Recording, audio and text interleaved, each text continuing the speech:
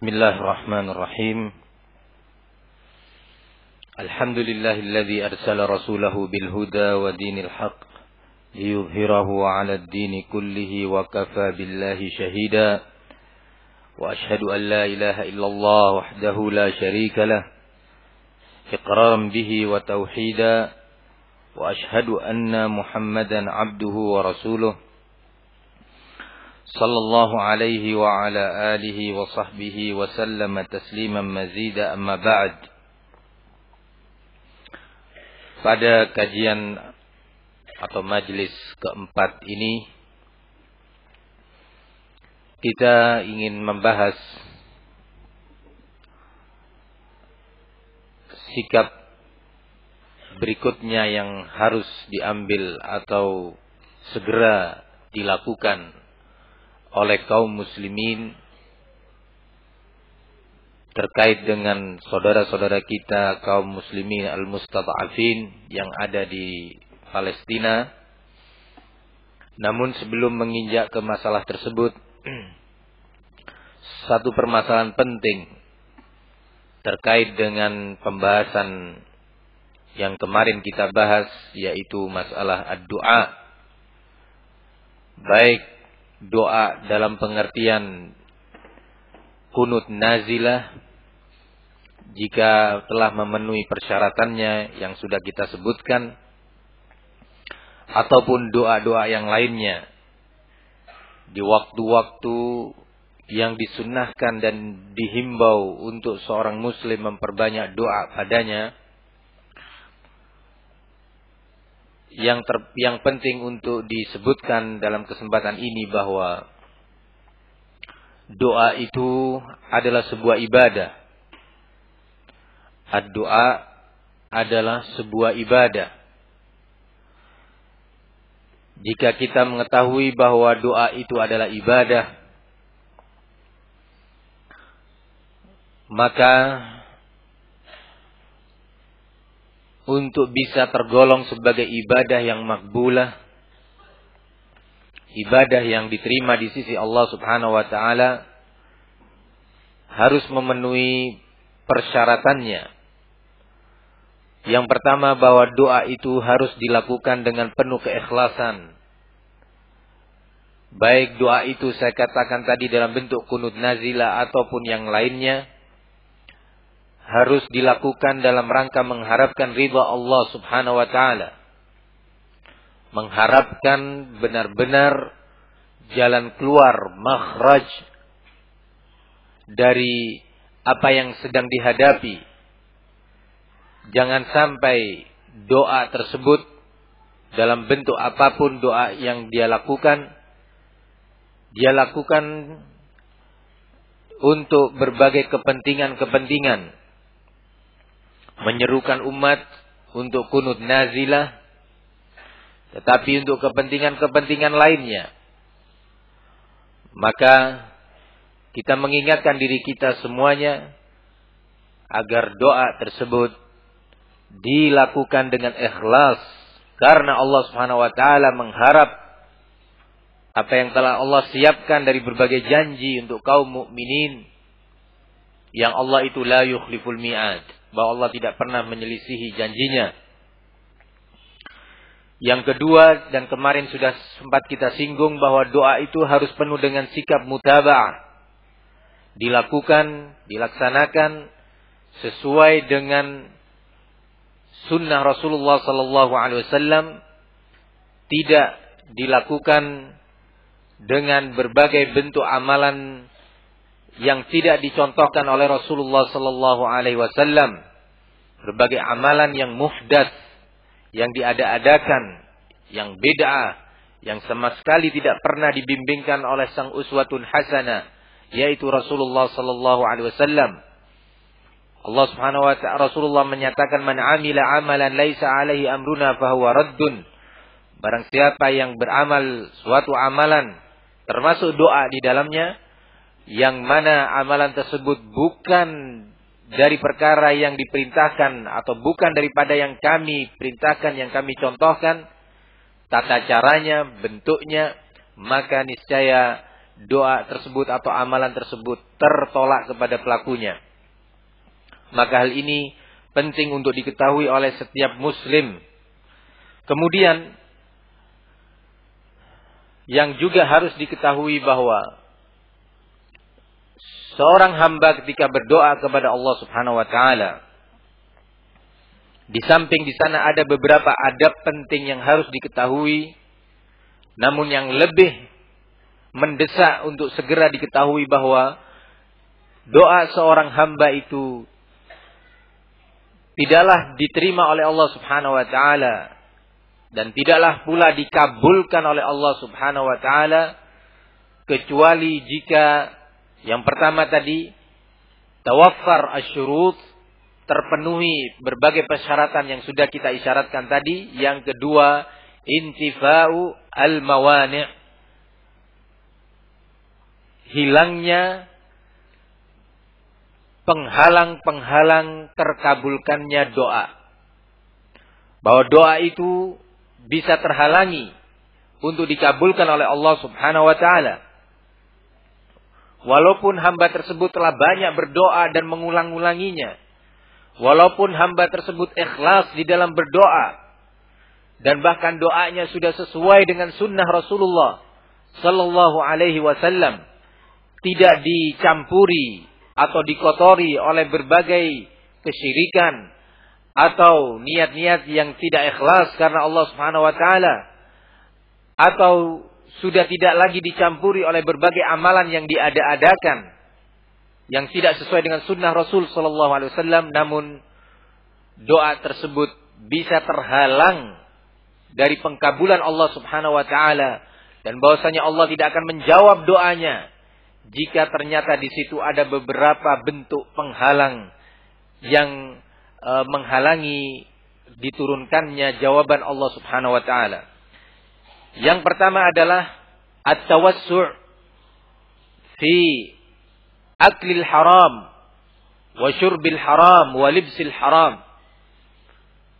Sikap bermudah-mudahan, menggampang-gampangkan untuk makan dari barang yang haram atau minum dari barang yang haram, serta berpakaian dari pakaian yang haram, baik bentuknya haram atau dihasilkan dari cara yang haram.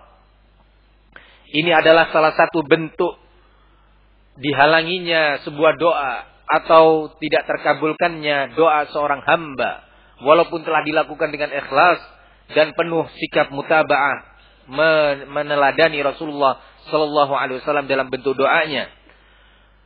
Diriwayatkan oleh Imam Muslim rahimahullah dari sahabat Abu Hurairah bahwasanya Rasulullah sallallahu alaihi wasallam berkata, "Ya ayuhan nas, innallaha thayyibun la yaqbalu illa thayyiban." Sesungguhnya Allah itu thayyib, baik, dan tidaklah Allah menerima dari hambanya. Tidaklah Allah menerima amalan dan apa yang dilakukan oleh seorang hamba kecuali dari perkara yang baik, yang benar. Wa innallaha ta'ala amara al-mu'minin bima amara bihil mursalin. Dan sesungguhnya Allah Subhanahu wa taala memerintahkan kepada kaum mukminin berbagai perintah yang di waktu yang sama Allah juga memerintahkan al-mursalin, para rasul, para nabi dengan perintah tersebut juga. Faqala ta'ala, Allah berkata, "Ya ayyuhar rusul, kulu minat tayyibati wa'malu salihan, inni bima ta'maluna alim." Wahai sekalian rasul, makanlah kalian dari perkara yang halal, yang baik, dan beramal solehlah kalian. Sesungguhnya aku ini maha mengetahui atas segala yang kalian amalkan.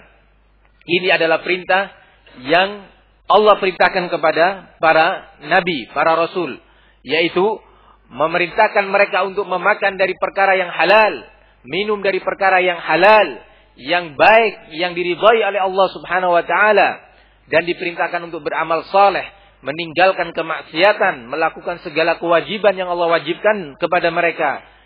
Inni bima ta'maluna alim, dan sesungguhnya aku ini maha mengetahui atas segala yang kalian lakukan. Ini perintah kepada para Rasul dan para nabi. Wa qala ta'ala, kemudian Allah berkata, ya ayyuhalladzina amanu kulu min thayyibati ma razaqnakum. Wahai sekalian orang-orang yang beriman, makanlah dari perkara-perkara yang halal, dari makanan-makanan yang halal, dari segala rizki yang aku rezekikan kepada kalian. Perintah yang pertama kepada para rasul dan para nabi untuk memakan dari makanan yang halal, yang baik, yang diridhai oleh Allah. Perintah ini pula Allah berlakukan kepada kaum mukminin. Ya ayyuhalladzina amanu kulu min thayyibati ma razaqnakum. Perintahnya sama. Kemudian Rasulullah sallallahu alaihi wasallam menceritakan, "Tsumma dzakara ar-rajula yutilu as-safara, ash'atha aghbara, yamuddu yadayhi ila as-sama', ya rab, wa mat'amuhu haram, wa mashrabuhu haram, wa malbasuhu haram, wa ghudhiya bil haram, fa anna yustajab lahu." Kata Rasulullah sallallahu alaihi wasallam menceritakan seorang yang telah melakukan perjalanan panjang, sebuah safar yang panjang. Dan safar ini adalah salah satu waktu di mana doa seorang hamba lebih dikabulkan dibandingkan waktu-waktu ketika dia mukim.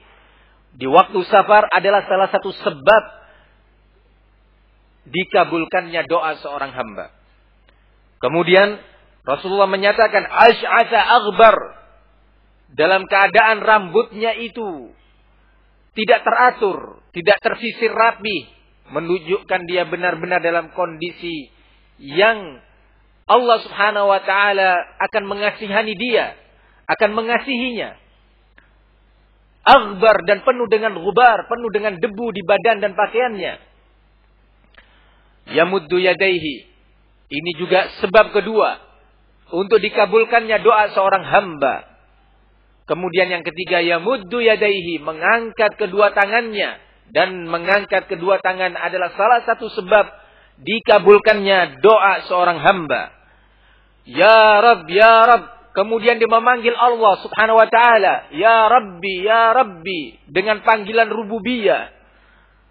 Dia mengulanginya, ya Rabb, berdoa, ya Rabb, ya Rabb. Ini menunjukkan bahwa dia mengulang-ulang doanya. Yaitu salah satu adab di dalam doa apa yang disebutkan oleh para ulama. Yaitu al-ilhah.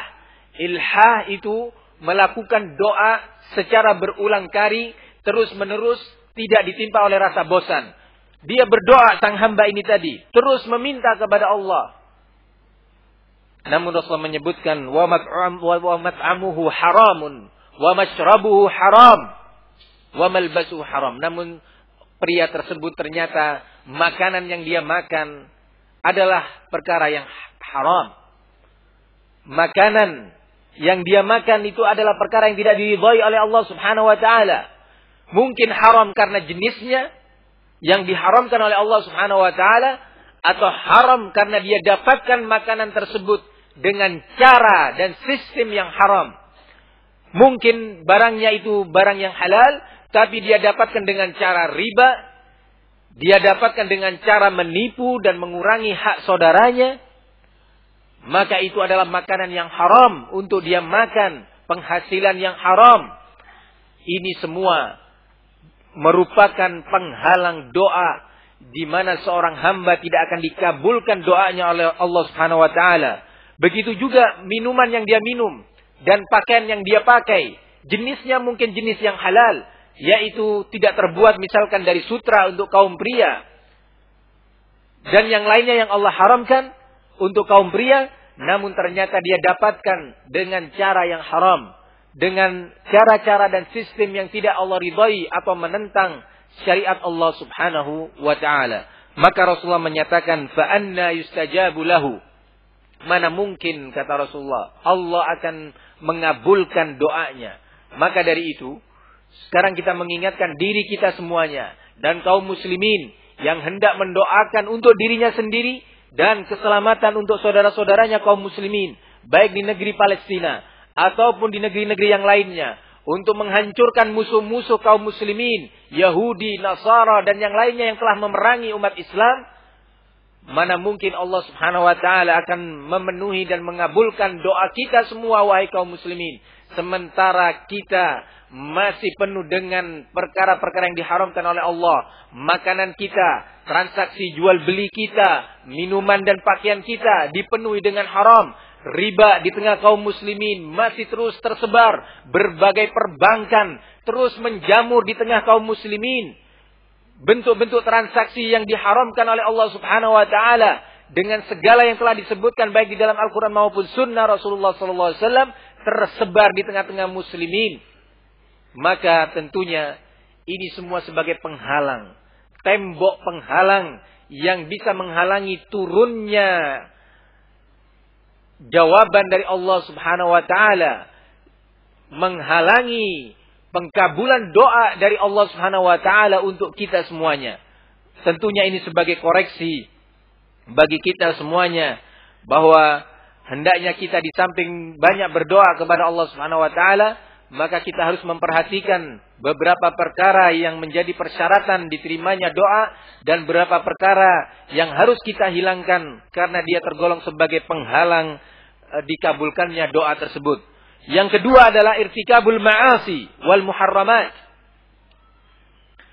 Perkara yang kedua yang bisa menghalangi doa seorang hamba adalah melakukan kemaksiatan dan perkara-perkara yang diharamkan oleh Allah Subhanahu wa taala. Khamr, zina, barakallahu fikum, amalan-amalan yang menentang Rasulullah sallallahu alaihi wasallam, berbagai kesyirikan, bid'ah dan khurafat terjadi di tengah-tengah umat ini. Terjadi di tengah kaum muslimin. Kita mengangkat tangan kepada Allah Subhanahu wa taala. Kita berdoa kepada Allah Subhanahu wa taala, atau bahkan berkunut nazilah. Berkunut nazilah. Kita mengangkat tangan kepada Allah Subhanahu wa taala di dalam doa kita, di salat kita, dengan kunut nazilah yang katanya itu disyariatkan. Sebagian pihak memaksakan diri walaupun tanpa izin dan himbauan dari waliul amr. Mana mungkin Allah mengabulkan doa tersebut dan kunut nazilah tersebut, sementara di antara mereka masih ada yang melakukan kesyirikan kepada Allah, bertawakal kepada selain Allah, beristighatsah kepada selain Allah, menentang Rasulullah dalam berbagai perintah Nabi. Nabi memerintahkan berbagai perintah, baik terkait dengan pribadinya ataupun keluarganya dan masyarakatnya, baik terkait dengan akidah dan ibadahnya. Mereka menentang Rasulullah sallallahu alaihi wasallam. Bagaimana mungkin doa mereka, kunut mereka akan diterima oleh Allah dan dikabulkan, sementara mereka masih melanggar Rasulullah sallallahu alaihi wasallam. Tentu semua itu sebagai penghalang dikabulkannya doa seorang hamba.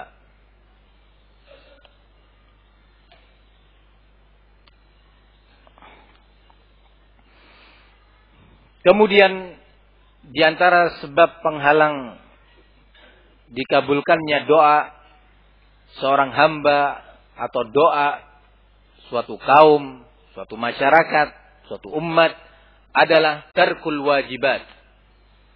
Meninggalkan perkara-perkara yang telah Allah wajibkan kepada mereka. Dari perkara-perkara terkait dengan pribadi ataupun keluarga dan yang lainnya. Tarkul wajibat. Di antara wajibat yang Allah wajibkan kepada umat ini adalah as-salah. Salat 5 waktu merupakan salah satu kewajiban dan merupakan salah satu rukun Islam. Berapa banyak di tengah umat ini yang masih belum melakukan salat 5 waktu. Berapa banyak tarikus salah, orang-orang yang sengaja meninggalkan salat terang-terangan di hadapan umat ini, meninggalkan bahkan salat Jumu'ah. Banyak di antara umat ini yang masih meninggalkan saum Ramadan. Banyak di antara umat ini yang tidak mau menunaikan zakatnya. Perkara-perkara yang Allah wajibkan di dalam Al-Quran maupun melalui lisan Rasulullah sallallahu alaihi wasallam. Allah mewajibkan kepada kaum pria untuk mendidik keluarganya dengan didikan yang islami. Berapa banyak bahkan dari tokoh-tokoh yang mengaku sebagai tokoh Islam meninggalkan kewajiban ini. Dia abaikan kewajiban ini. Dia biarkan putra dan putrinya melakukan atau meninggalkan berbagai kewajiban. Melakukan berbagai perkara yang diharamkan oleh Allah subhanahu wa ta'ala. Tidak adanya upaya amar ma'ruf nahi mungkar juga termasuk sebab terhalanginya doa, terhalanginya pengkabulan dari Allah subhanahu wa ta'ala. Amar ma'ruf atau khususnya nahi mungkar hukumnya adalah wajib sesuai dengan tingkat kemampuan. Diharamkan terhadap kita untuk kita membiarkan kemungkaran walaupun sekadar kita mengingkari dengan kalbu kita. Dan ini merupakan, saya katakan tadi, sebagai penghalang, salah satu penghalang terkabulkannya doa seorang hamba. Sahabat Hudzaifah Ibnul Yaman radhiyallahu anhu meriwayatkan sebuah hadis dari Rasulullah sallallahu alaihi wasallam, dan hadis ini diriwayatkan oleh Imam Tirmizi serta dihasankan oleh Syekh Al-Albani rahimahullah.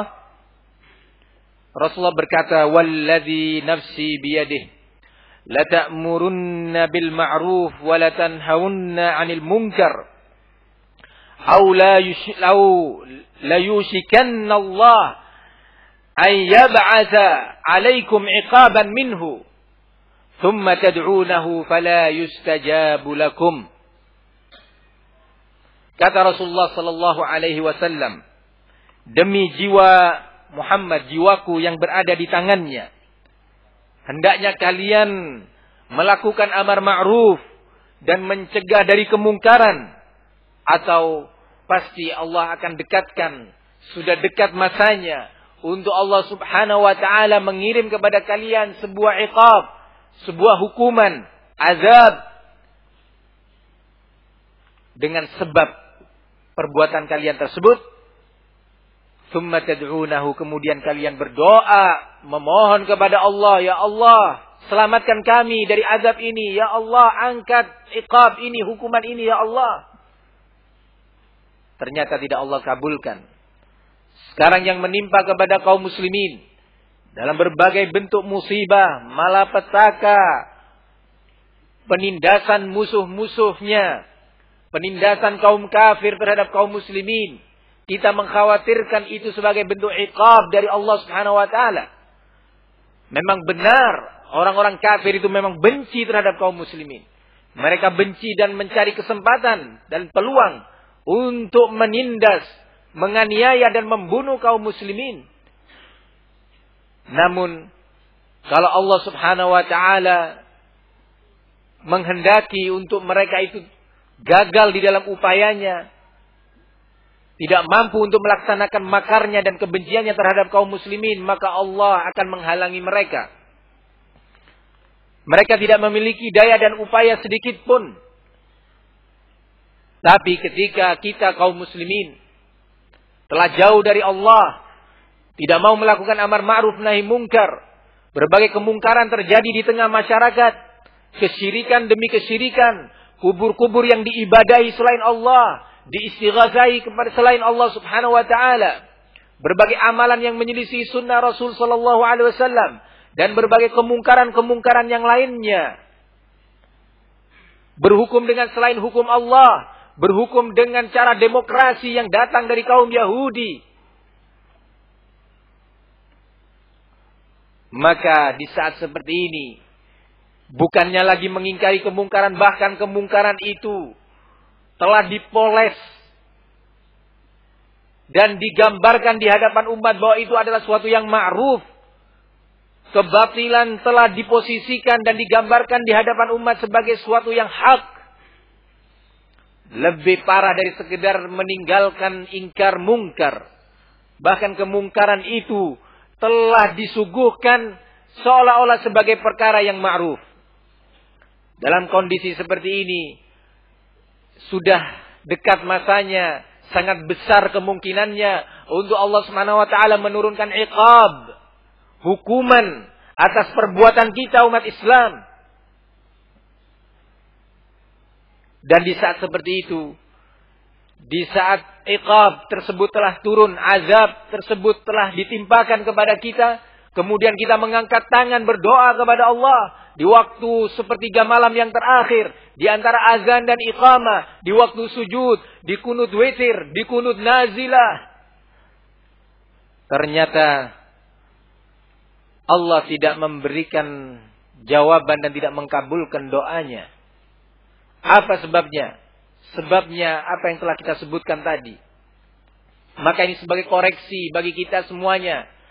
Masyarakat muslim, kaum muslimin secara umum, siapapun dia, orang biasa ataupun orang luar biasa, apapun posisinya dia sebagai rakyat bawahan ataupun atasan, orang fakir ataupun orang kaya, guru ataupun murid, dai ataupun bukan dai, kiai ataupun bukan kiai, tokoh pergerakan ataupun bukan tokoh pergerakan, semuanya berlaku hukum ini. Maka kita menasihati kepada diri kita pertama, kemudian seluruh umat Islam, untuk benar-benar kembali kepada Allah Subhanahu wa taala, untuk benar-benar kita menjalankan syariatnya, yang zahir maupun yang batin. Syariatnya baik yang terkait dengan pribadi kita ataupun keluarga dan masyarakat kita. Syariatnya yang terkait dengan ibadah yang kita lakukan ataupun muamalah dan akidah serta manhaj, dakwah dan yang lainnya. Kita harus benar-benar kembali kepada Allah Subhanahu wa taala dan kepada syariatnya. Diriwayatkan oleh Al-Imam At-Tirmidzi rahimahullah, sebuah hadis yang sangat penting untuk kita kaji dari sahabat Abdullah bin Abbas radhiyallahu anhuma. Beliau menyatakan, qultu khalfan Nabi sallallahu alaihi wasallam yauman. Aku di suatu hari berbonceng di belakang Rasulullah sallallahu alaihi wasallam, faqala ya ghulam, inni uallimuka kalimatin ihfazillaha yahfazka, ihfazillaha tajidhu tujahak.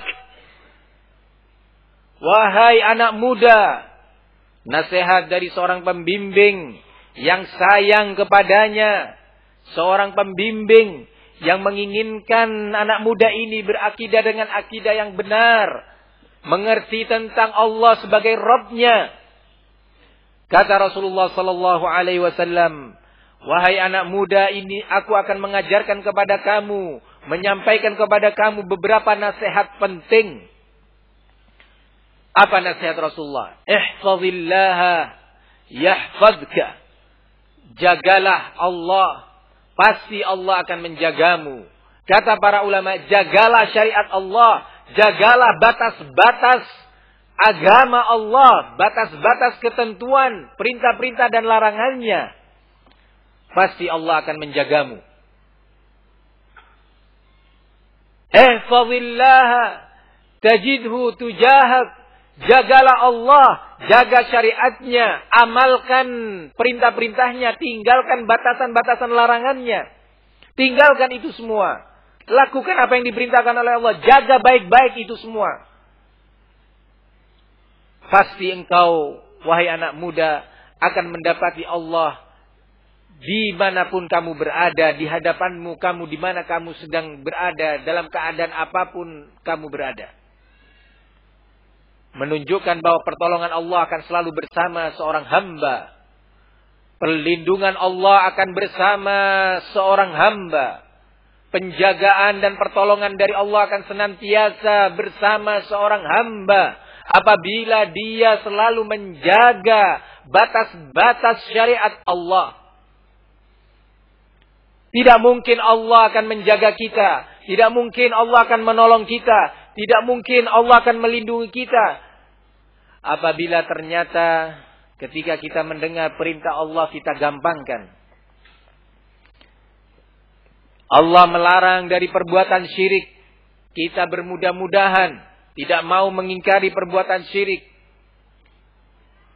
Kita barakallahu fikum mengetahui bahwa Allah Subhanahu wa taala memerintahkan kita untuk melakukan salat dengan sebenar-benarnya, ternyata salat telah disia-siakan oleh umat ini. Allah Subhanahu wa taala memerintahkan kita untuk menaati Rasulullah sallallahu alaihi wasallam, mentaati beliau, meneladani beliau. Ternyata perintah-perintah Rasulullah diabaikan dengan berbagai alasan dan logika. Petua dan perintah Rasulullah ditolak. Allah melarang kita untuk meniru dan mencontoh, mengikuti jejak, akhlak, akidah, ideologi dan adab orang-orang kafir, cara bermuamalah orang-orang kafir. Ternyata kita, umat Islam, telah mengikuti jejak mereka. Mengikuti jejak Yahudi.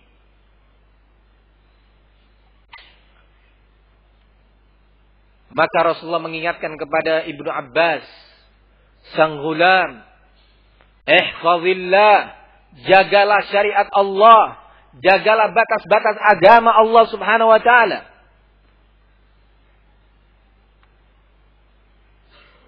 Kemudian juga dalam rangkaian diriwayatkan hadis yang diriwayatkan oleh Imam Tirmidzi dari sahabat Ibnu Abbas radhiyallahu anhu, Rasulullah menyatakan, ta'arraf ila Allah fir raha ya'rifka fis shiddah. Berupayalah engkau untuk mengenal Allah di waktu senggang, di waktu tidak ada musibah, di waktu tenang, tidak ada malapetaka dan bencana yang menimpa kamu. Di saat lapang, berupayalah engkau mengenal Allah, mengenal syariatnya untuk dilakukan, mengenal larangannya untuk ditinggalkan. Maka pasti, kata Rasulullah, ya'rifka fis syiddah, Allah akan mengenal kamu di saat engkau ditimpa oleh musibah. Di saat engkau ditimpa oleh malapetaka, Allah akan mengenal kamu. Karena di saat kamu lapang, di saat tidak ada musibah, engkau mengenal Allah Subhanahu wa taala. Mengenal Allah maksudnya mengenal siapa Allah, apa hak-hak Allah. Tidak boleh Allah disekutukan. Tidak boleh dijadikan bagi Allah tandingan-tandingan. Tidak boleh kita melakukan kesyirikan kepada Allah. Menjadikan selain Allah sebagai tempat untuk bertawakal. Menjadikan selain Allah dari makhluk-makhluknya. Jin, malaikat, orang-orang soleh, batu, pohon, dan yang lainnya. Sebagai tempat untuk kita menyandarkan kepentingan dan kebutuhan kita. Kita harus mengenal syariat Allah Subhanahu wa taala dan mengamalkannya di saat kita lapang, di saat tidak ada musibah yang menimpa kita. Di saat musibah telah datang mengenai kita umat ini, maka pasti Allah Subhanahu wa taala akan mengenal kita. Kalau Allah sudah tidak mau mengenal kita di saat kita tertimpa musibah, di saat musuh-musuh kita sedang mencabik-cabik kita, lalu kemana kita akan meminta perlindungan? Kemana kita akan mencari pertolongan? Maka nasihat buat kita semuanya dan kaum muslimin di Palestina secara khusus dan di tempat-tempat yang lainnya untuk benar-benar mereka mengamalkan apa yang kita dengarkan dari berbagai hadis dan ayat yang kita baca tadi. Ikhwani fid din, azzani Allah wa iyyakum. Al-Imam Ibnul Qayyim rahimahullah menyatakan di dalam kitabnya Al-Fawaid, al-'abdu daiman mutaqallibun baina ahkamil awamir wa ahkamin nawazil. Setiap hamba kehidupannya itu berputar, selalu berada antara dua hal. Yakni selalu berhubungan dan berada dengan ahkamil awamir, hukum-hukum Allah yang terkait dengan perintah-perintah, terkait dengan syariatnya, terkait dengan aturan-aturan agama. Terus seorang hamba ini berhubungan dengan itu. Perintah, larangan, kewajiban, perkara yang diharamkan oleh Allah Subhanahu wa taala. Terus berputar sekitar ini. Di waktu pagi, siang, sore, malam, di rumah, di luar rumah, di masjid, di luar masjid. Dan juga seorang hamba itu berhubungan dengan ahkamun nawazil. Beberapa hukum, beberapa permasalahan terkait dengan malapetaka, musibah, bencana. Selalu antara dua hal ini. Bahwa muhtajun bal muttarrun ilal auni indal awamir. Dia hamba tersebut sangat butuh kepada Allah. Bersifat emergensi, sangat darurat. Kebutuhannya kepada Allah subhanahu wa ta'ala dan pertolongan Allah. Di dalam menjalankan hukum-hukum syariatnya. Perintah-perintah Allah dan larangannya. Tidak mungkin seorang hamba bisa merealisasikan perintah Allah. Menjauhkan dirinya dari larangan-larangan Allah subhanahu wa ta'ala. Kecuali bi'auni Allah. Dengan pertolongan Allah subhanahu wa ta'ala. Tidak mungkin kita bisa melakukan salat, talabul ilmi, dakwah, bertauhid, mengikuti sunnah Rasul, birrul walidain dan yang lainnya kecuali dengan pertolongan Allah.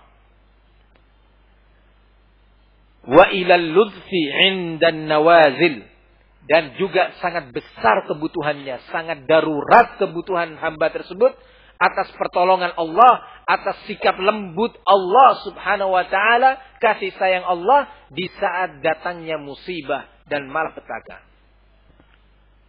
Sangat butuh kita kepada Allah dalam dua kondisi ini tadi. Qala wa ala qadri qiyamihi bil awamir yahsulu lahu minal ludfi 'indan nawazil.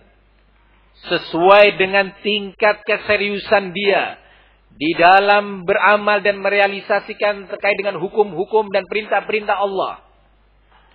Maka dia sesuai dengan tingkat keseriusannya itu tadi akan mendapatkan kelembutan, kasih sayang dan pertolongan Allah Subhanahu wa taala di saat musibah menimpa dia.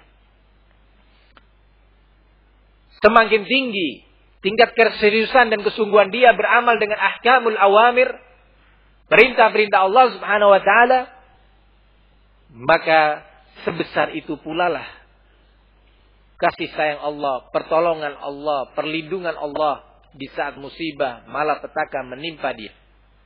Fa in kamulal qiyamu bil awamir zahiran wa batinan nala al-ludfa zahiran wa batinan.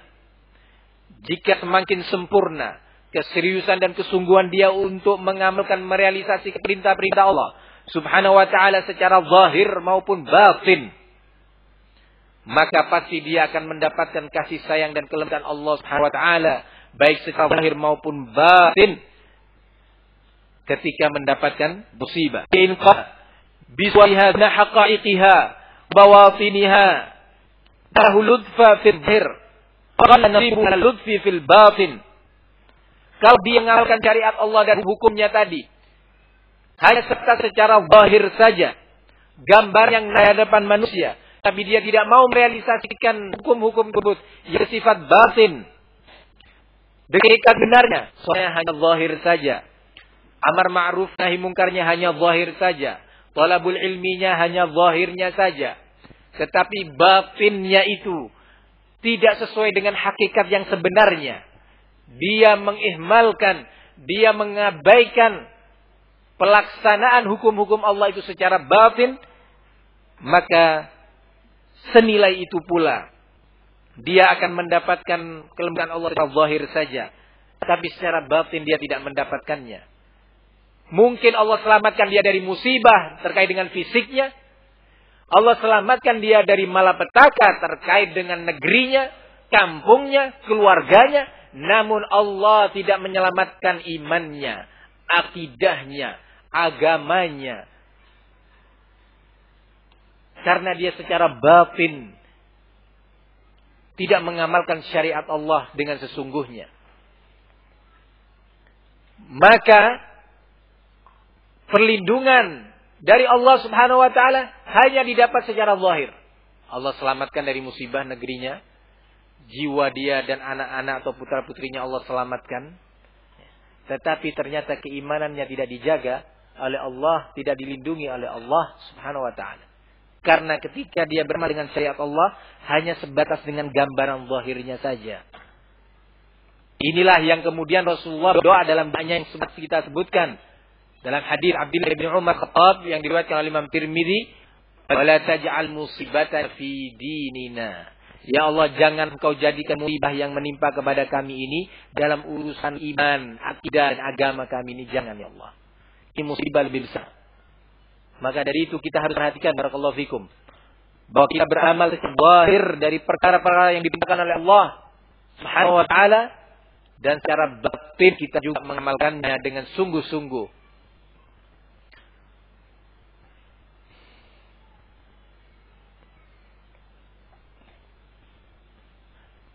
Panjang sekali pernyataan Al-Imam Ibnul Qayyim rahimahullah ta'ala. Namun dari apa yang sudah kita bacakan tadi, memperjelas kepada kita tentang sikap yang semestinya kita lakukan terhadap Allah Subhanahu wa ta'ala.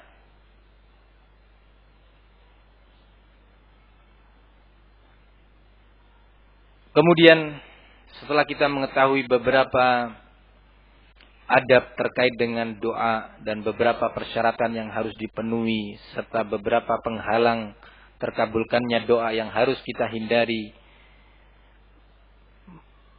kita insyaallah akan melanjutkan pembahasan ini pada poin berikutnya. Sebelum kita lanjutkan, mungkin ada yang perlu ditanyakan.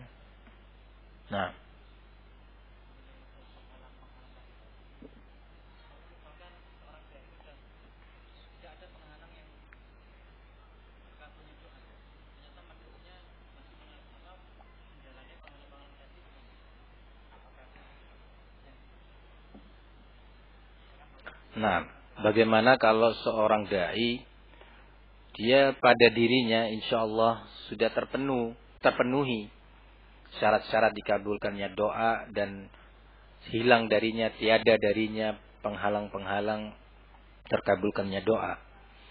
Ternyata pada mad'unya masih ada beberapa persyaratan yang belum terpenuhi atau beberapa penghalang terkabulkannya doa ada pada mereka. Lalu bagaimana? Jawabannya, bisa semuanya terkena getah. Ya, terkena getahnya. Masyarakat, mad'u dan para da'inya. Maka dari itu Allah Subhanahu wa taala menyatakan, wattaqu fitnatan la tusibanna alladziina zalamu minkum khassah. Takutlah kalian kepada sebuah fitnah, musibah, bencana yang tidak hanya menimpa kepada orang-orang yang berbuat zalim, berbuat kemaksiatan saja, tetapi mengenai semua. Nah, mengenai semuanya. Maka dari itu ya kita mengkhawatirkan. Ya. Di Palestina, di sana juga masih ada orang-orang soleh, orang-orang yang berakidah dengan akidah yang benar, akidah ahli sunnah, yang mengikuti jejak salaful ummah. Masih banyak orang-orang yang salihin. Namun musibah itu menimpa semua. Menimpa tanpa pandang bulu. Bahkan mungkin saja orang-orang yang zalim bisa menyelamatkan diri. Inilah yang Allah ingatkan. Maka dari itu, kita para dai, para ikhwah, seluruhnya kita doa untuk lebih bersungguh-sungguh. Pertama kita semuanya, pertama dan utama, untuk bisa merealisasikan, mewujudkan apa yang tadi kita bahas dengan pertolongan Allah Subhanahu wa taala. Wala haula wala quwata illa billah, tidak ada daya untuk kita merealisasikannya kecuali dengan pertolongan Allah. Tidak ada upaya untuk kita bisa selamat dari kemaksiatan dan pelanggaran kecuali juga dengan pertolongan Allah Subhanahu wa taala. Kemudian kita bersungguh-sungguh untuk berdakwah, mengingatkan umat dengan segala resiko yang akan kita terima, dengan segala resiko yang akan kita tanggung. Barakallahu fikum. Sehingga kalau seandainya musibah menimpa kita dan kita meninggal dunia, wafat, mati, kita ataupun keluarga kita dari sebuah musibah yang merata, tidak pandang bulu, alhamdulillah, kita meninggal dalam keadaan baik. Kita meninggal di atas akidah yang benar, keikhlasan, ittiba kepada Rasul sallallahu alaihi wasallam. Hadis Rasul sallallahu alaihi wasallam, hadis Aisyah dan juga diriwayatkan dari Ummi Salamah radhiyallahu anha. Naam. Yaghzu jayshun al-Ka'bah. Kisah sebuah tentara yang akan memerangi Al-Ka'bah, dan ini akan terjadi di akhir zaman nanti sebagaimana kita bahas. Fayukhsafu bi awwalihim wa akhirihim.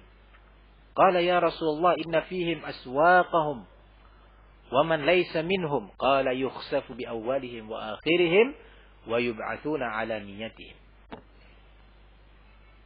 Akan ditenggelamkan oleh Allah, azab dalam bentuk ditenggelamkannya sejumlah manusia yang banyak di muka bumi ini, ya. Al-khasaf, yes. Tanpa pandang bulu. Aisyah bertanya, ya Rasulullah, di tengah-tengah mereka itu ada orang-orang yang enggak bersalah, bukan bagian dari orang-orang yang berbuat zalim. Kenapa juga mereka kena azab itu? Kata Rasulullah, ya, semua itu akan Allah ratakan azab tersebut. Allah kenakan, Allah timpakan kepada mereka semua. Nanti di hari kiamat Allah bangkitkan sesuai dengan niat dan kondisi mereka masing-masing. Maka dalam kondisi lihat kita sekarang, kanan kita kemaksiatan, kiri kita kemaksiatan, depan belakang kita kemaksiatan, kesyirikan, doa kepada selain Allah, berbagai perdukunan, sihir, ya, kemudian para orang-orang yang mengaku mengetahui ilmu ghaib, peramal-peramal, khamr, zina, riba, kezaliman, bid'ah, dan berbagai macam terus di muka bumi ini. Nah, luar biasa. Maka dalam kondisi seperti ini, kita terus menjaga diri kita dan keluarga kita, teman-teman kita, dan semuanya yang mungkin kita untuk dakwakan, untuk tetap istiqamah. Sehingga kalau musibah datang, kita nggak tahu musibah itu bagaimana bentuknya datang. Dulu sempat kita bahas, kita jauh dari pantai Ustaz, sehingga nggak ada tsunami sebagaimana terjadi di Aceh. Adakah azab itu hanya dari laut? Bumi ini bisa Allah buka dan kita tenggelamkan, apa yang disilakan dengan khasaf. Nah, al-khasf itu ditenggelamkannya yang ada di muka bumi ini, yang berjalan di muka bumi ini, tenggelam. Nah, barakallahu fikum. Dalam keadaan kita ini beriman kepada Allah dengan sebenar-benar iman, berakidah dengan akidah Muhammad sallallahu alaihi wasallam dan sahabatnya, kita melakukan ittiba jauh dari yang Allah haramkan. Hakadha. Nah, kita hanya diperintah oleh Allah untuk melakukan. Sang dai tersebut hanya diperintah untuk berdakwah dan menyampaikan. Wa ma 'alaina illa al-balagh. Nah, tidak ada kewajiban kepada kita semuanya kecuali al-balagh, menyampaikan saja. Maka dari itu, ikhlaskan niat, terus melanjutkan dakwah tersebut dan sabar ketika musibah menimpa dirinya. Baik musibah yang datangnya diakibatkan oleh orang lain ataupun bukan. Nah, sabar menghadapi itu semua. Wallahu taala alam bisawab. Sikap berikutnya terkait dengan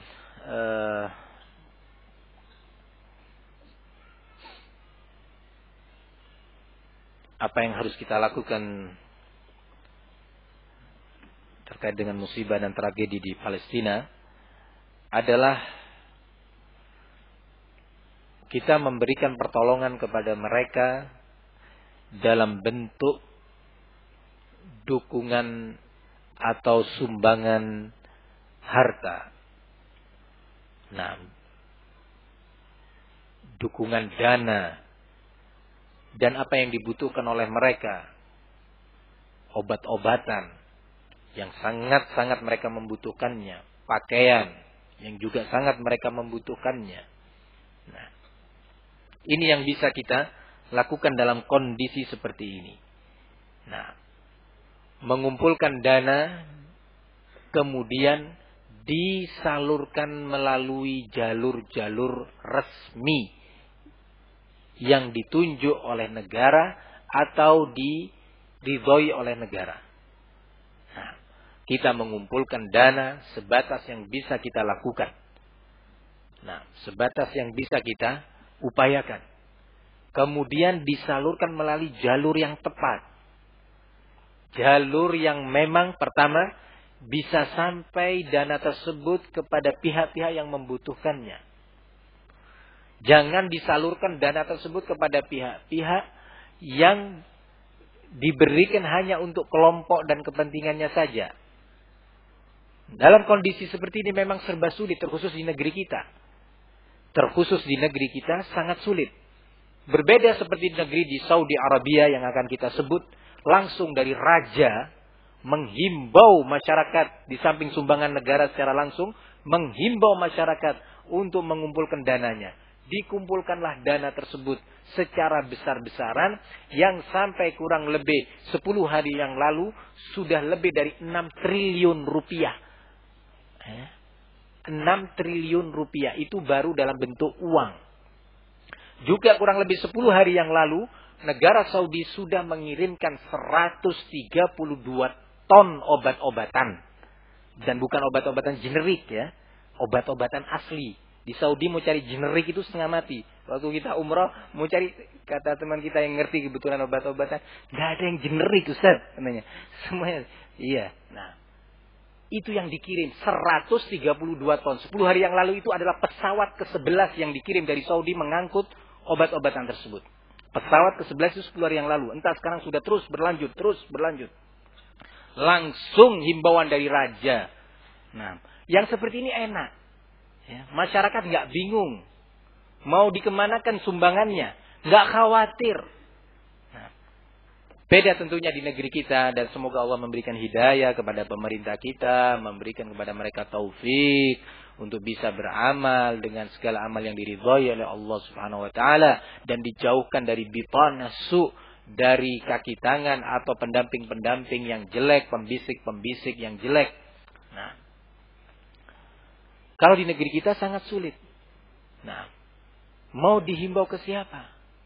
Nah, mau diberikan sumbangan kita kepada siapa? Disalurkan melalui lembaga apa? Nah, Ustaz, di sini ada lembaga-lembaga yang akan menyampaikan itu, ada beberapa organisasi. Organisasi itu sendiri terpecah belah. Nah, mereka punya kepentingan-kepentingan. Ustaz melalui Mercy. Mercy itu ya, pertama dibentuknya katanya tidak memihak atau condong kepada satu kelompok tertentu pun. Akhirnya pecah. Karena satu pihak di Mercy akan menggiring segala bantuan dan dana untuk kepentingan kelompok tertentu. Akhirnya yang satu keluar mendirikan bulan sabit merah. Ya, yang lebih arahnya ke Ikhwanul Muslimin. Yang ini ke kelompok Al-Khawarij. Ya, Khawarijnya sendiri juga pecah. Ya. Lalu mau disalurkan kepada kelompok yang mana? Begitu juga sesampainya di Palestina. Satu koper besar yang berisi ribuan rupiah, uang seribuan rupiah itu tadi, itu mau diserahkan ke siapa? Bendera yang mana yang akan menerimanya nanti? Benderanya Hamas kah? Atau Partai Fatah kah? Atau Jihad Islami kah? Atau faksi-faksi yang lainnya? Mau diserahkan ke siapa? Serba repot. Dan ini diantara sebab penghalang turunnya Nasrullah. Kondisi muslimin di sana dan di luar sana juga. Maka dari itu kita menghimbau kepada kaum muslimin untuk mengumpulkan dananya sebatas yang bisa dia mampu untuk memberikannya dan disalurkan melalui jalur-jalur resmi. Nah, hal ini difatwakan oleh para ulama. Di antaranya adalah fatwa Syekh Saleh bin Fauzan Al-Fauzan hafizahullahu taala. Beliau ditanya dengan sebuah pertanyaan.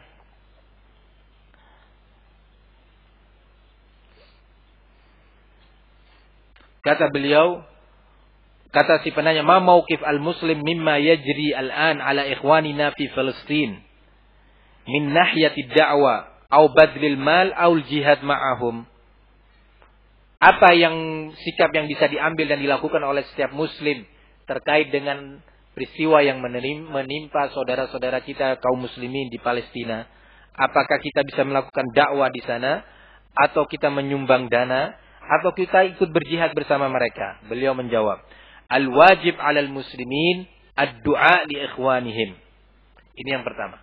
Wajib, jadi hukumnya wajib kepada kaum muslimin untuk mendoakan bagi saudara-saudara kita kaum muslimin mustad'afin di Palestina. Ini sudah kita bahas. Yang kedua, wa musa'adatuhum bil mal, dan menolong atau membantu mereka dengan harta, bantuan dana.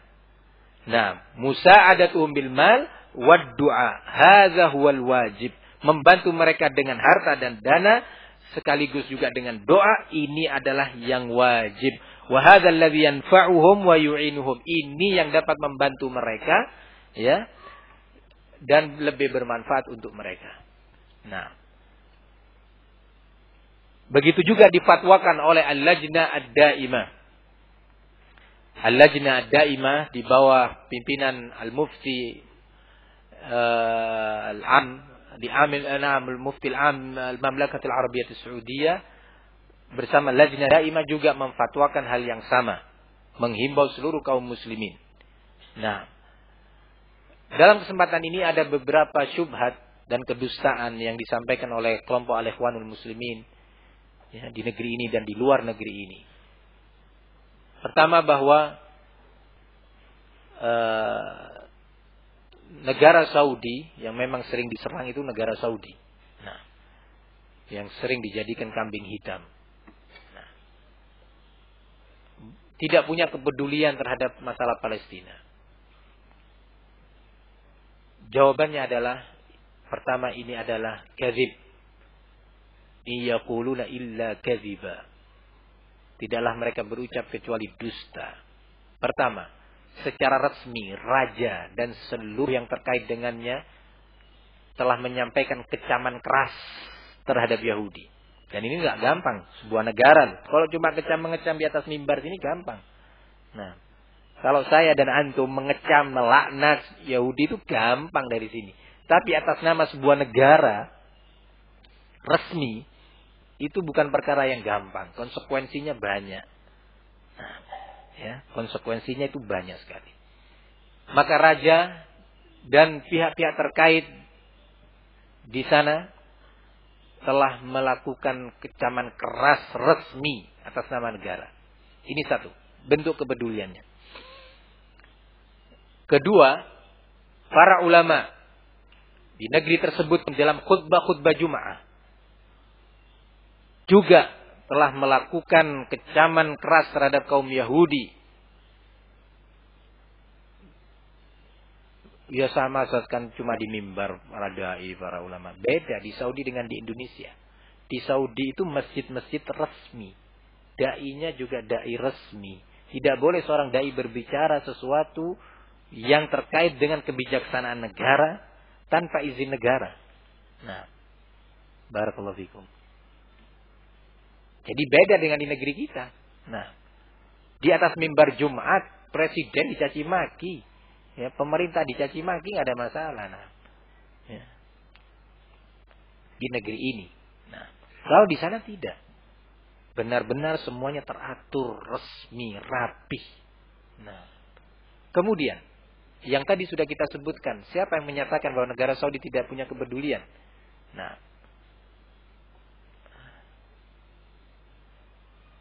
raja telah menghimbau secara langsung, berpidato, menghimbau secara langsung kepada rakyat. Sebuah pendidikan yang luar biasa. Nah, menghimbau kepada kaum muslimin, rakyat di sana untuk menyumbangkan dananya. Nah, untuk menyumbangkan apa yang bisa mereka berikan. Nah, berbondong-bondonglah rakyat di situ dengan resmi, disalurkan dengan resmi. Jadi bukan atas nama kelompok, pesawat yang dikirim itu resmi atas nama negara. Kalau Indonesia pakai Garuda Airways, resmi itu. Nah, bukan pakai Lion atau pakai Adam Air yang sudah nggak ada. Nah, itu nggak resmi. Ya. Itu bisa main kucing-kucingan ketika negaranya dituduh. Kamu membantu. Oh enggak, itu pakai pesawat lain, bukan pesawat resmi negara. Nah, ini resmi dikirim ke sana. Nah, ya. Ini bukan kepedulian. Nah, entah sekarang sudah berapa triliun. Nah, barakallahu fikum, yang sudah terkumpul dan sudah dikirimkan ke sana dengan pengiriman yang jelas, menerima dengan jelas. Kemudian barakallahu fikum, Kalau ada yang mengatakan, ya, tapi negara Saudi tidak membantu para mujahidin untuk mengirim para pemudanya ke sana, mengirim senjata dan yang lainnya. Kalau Anda berbicara tentang jihad, maka itu nanti ada hukum tersendiri yang akan kita bahas. Nah, ada hukum tersendiri yang harus dibicarakan secara ilmiah. Nggak boleh orang-orang yang tidak berilmu berbicara tentang masalah umat. Yang jadi korban bukan Anda dan keluarga Anda saja. Yang jadi korban umat. Nah, Anda enak berbicara di sini. Nah, ada konsekuensinya jihad itu. Dan siapa yang bilang negara Saudi tidak punya kepedulian terhadap urusan umat? Ingatlah dulu waktu perang Afghanistan, di masa-masa masih jihad dan perang di sana murni perlawanan kaum muslimin menghadapi komunis Soviet. Ya. Pada tahun-tahun pertama jihad di Afghanistan, perlu antum ketahui, dan mereka-mereka yang berdusta sekaligus perlu kalian tahu, ya, bahwa negara Saudi membantu Afghanistan dari semua sisinya, bukan cuma harta dan obat-obatan. Yang dibutuhkan dalam pertempuran mereka, senjata. Nah, kemudian juga para pemudanya. Kalau sudah di antara pemuda di situ ada yang hanya bisa berangkat dalam liburan musim panas 3 bulan selama setahun. Para pemuda di Saudi, kalau sudah datang masa liburan musim panas, para mahasiswa dan yang lainnya anak-anak SMA sangat gembira, ambil rangselnya berangkat dengan resmi, diizinkan orang tuanya dan diizinkan oleh negara, dibiayai gratis, naik pesawat Saudi Airlines gratis. Nah, dihimbau malah oleh negara. Di sekolah-sekolah itu dihimbau. Ayo yang mau berangkat. Siapa yang mau daftar? Liburan musim panas ini. Wah, anak-anak siapkan ranselnya, bajunya, ininya, itunya. Dilengkapi semuanya. Berangkat gratis sampai ke Afghanistan. Termasuk yang dalam kasus ini, Syekh Abdullah bin Abdurrahim Al-Bukhari. Hafizahullah Ta'ala. Nah, di antara mereka ada anak-anak yang memang sudah meninggalkan sekolah. Berangkat juga ke Afghanistan resmi, dilindungi dan dibiayai oleh negara Saudi terang-terangan. Nah, kapan itu terjadi? Ketika memang jihad itu telah difatwakan oleh para ulama bahwa itu adalah jihad yang syar'i, jihad yang benar-benar telah memenuhi syaratnya. Begitu kejadian di Afghanistan telah berubah, pertempuran malah terjadi antar sesama muslim, kelompok demi kelompok, faksi demi faksi saling menyerang. Maka di saat itu pemuda-pemuda dari Saudi kembali. Pemerintah pun menghimbau mereka untuk tidak berangkat lagi. Sudah. Nah, yang mau dibantu siapa? Senjatanya diarahkan sesama kaum muslimin. Sesama kaum muslimin. Maka dari itu, untuk membahas tentang permasalahan ini, insya Allah akan kita bahas. Sebagaimana sudah ditanyakan apa sebenarnya itu Hamas, kita akan membahas insya Allah pada kesempatan yang akan datang. Biiznillahi ta'ala. Wa sallallahu wa sallam wa barak ala nabina Muhammad wa ala alihi wa sahbihi wa sallam. Walhamdulillahi rabbil alamin.